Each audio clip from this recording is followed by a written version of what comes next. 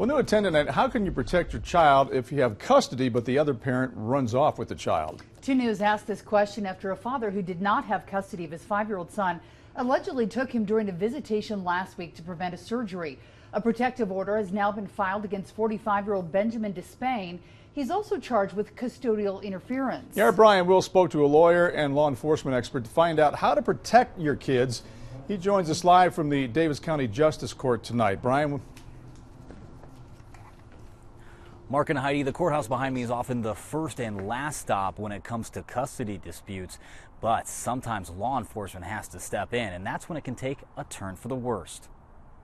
That moment when the child goes missing and one spouse reports that another one has taken the child inappropriately, boy, it is a law enforcement issue, and it is an all-hands-on-deck law enforcement issue. In Utah, it's a crime to interfere with someone's court-ordered custody or visitation rights.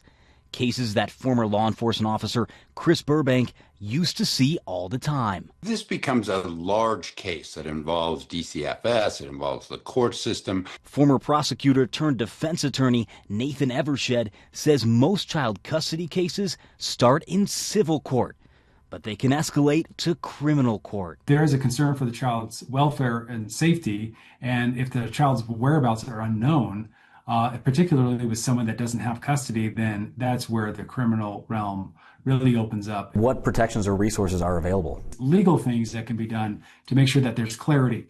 Then what happens from there is that then that's in the law enforcement system, and the law enforcement officers could actually then verify that indeed there is a child protective order, or indeed, this person does have actual sole custody of the child. Police first step in to ensure children are safe, and then DCFS takes over.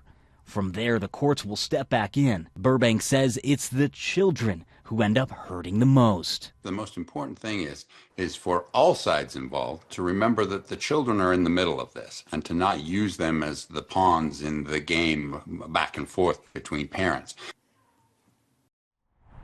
Tonight, that father sits in the Davis County Correctional Facility awaiting his first court appearance on that misdemeanor charge. Live in Davis County, Brian Will, KUTV 2 News.